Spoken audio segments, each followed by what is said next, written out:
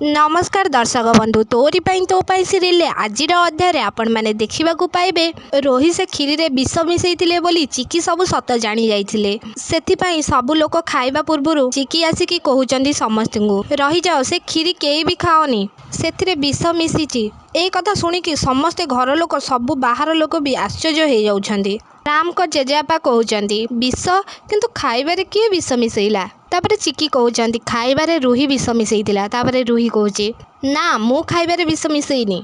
चिकी मिछ कहउचे ये केबे भी सत कहि परिबनी बापा। तापरे चिकी कहउचंदी ठीक अछि तू एमिति मानिबु ना ताहेले मते आउ किछि करिबाकू पड़िबो। मते भी तते मनेइबा मते ठीक भी जणा अछि। ताहेले तू ए खीरी को खा तू खाइकी कह मु जहाँ भी कहूँ मिछ कहूँ बोली किंतु से खीरी की रोही खाओनी। हाँ दर्शक बंधु आपण मानक कौन लगुच रोहीर सत कथा कौन समस्त की जना पड़ ना चिकीर कथा पुणी आउ थे मिछ हो ना सीरियल आसो आगक एक नुआ ट्विस्ट आम कमेंट बॉक्स माध्यम निश्चित भाव में जनातु।